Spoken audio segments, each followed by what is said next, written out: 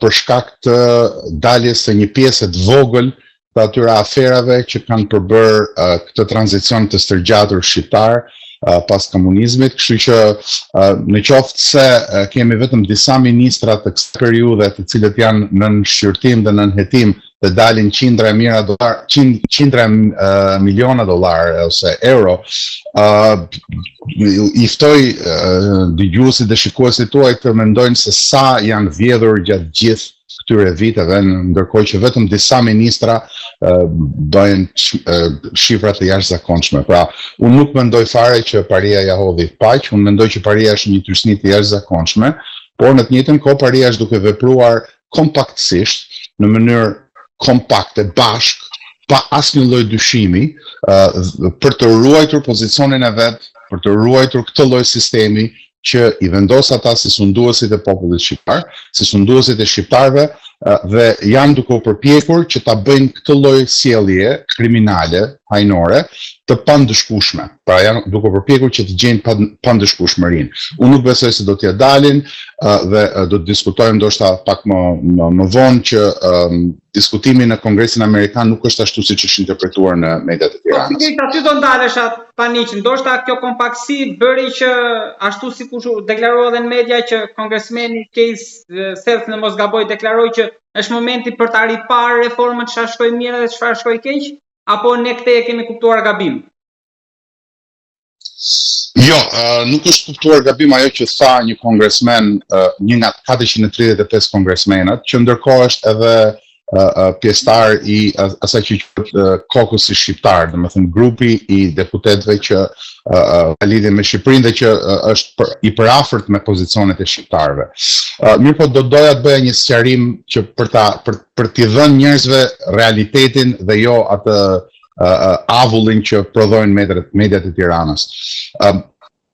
Komiteti i dhomës në Shtetet e Bashkuara të Amerikës, politikën e jashtme e bën administrata, pra e bën presidenca, presidentin krye, pastaj është kryetari i Këshillit të Sigurisë Kombëtare, që është zoti Rubio, i cili në të njëjtën kohë është edhe sekretar shteti, i cili është hera e parë që kjo ndodh që nga koha e Henry Kissinger. Pra nëse do duhet shikonim për të ardhmen e politikave amerikane, në Ballkan dhe kudo tjetër, në Shqipëri e kudo tjetër, do duhet që të shihnim çfarë del nga zyrat e zotit Rubio dhe çfarë del nga varësit e tij. Dhe unë nuk shoh që të ketë dalë një qasje kundër reformës në drejtësi nga zyrat e zotit Rubio, as nga Departamenti i Shtetit dhe as nga Këshilli i Sigurisë Kombëtare. Së dyti, në Kongresin Amerikan, dhoma ka një rol të kufizuar në politikën e jashtme. Ka një rol sigurisht, pra ka rolin e dëgjesave këtyre që bëhen dhe nën Komiteti për Evropën është rëndësishëm, nuk mund të themi dot që nuk është rëndësishëm, por është gjithashtu dhe vendi ku mund të kryhen më tepër çoka politike, sepse dhoma e Kongresit nuk vendos për politikën e jashtme. Senati ka në dorë politikën e jashtme, ka në dorë që të jap një lloj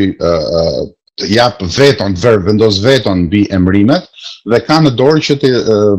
jap një lloj drejtimi politikës jashtme, sepse në Kushtetutën Amerikane Senati duhet që të miratojë çdo lloj traktati ndërkombëtar. Pra, nëse do të kishim një qasje ndryshe, një ndryshim qasje nga Shtetet e Bashkuara të Amerikës, do duhet të shikonim se çfarë thot Komiteti për Marrëdhëniet Ndërkombëtare të Senatit. Nuk e kam parë një gjë të tillë ende, kështu që unë mendoj që deklaratat e zotit Self ishin deklarata që duhen parë në tërësinë e tyre, kishin brenda një pjesë të madhe lobimi, sepse Paria e Tiranës është duke lobuar jashtëzakonisht fort, që të quhet sikur reforma në drejtësi ka dështuar të tjera dhe të tjera, dhe reforma në drejtësi ka dhjetra qindra defekte, unë nuk jam këtu për të mbrojtur çdo aspekt të reformës në drejtësi.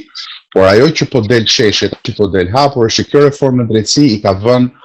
për një pjesë të mirë të Parisë së Tiranës në shpatulla pas muri. Dhe unë nuk mendoj që administrata amerikane ka ndryshuar qendrim, përkundrës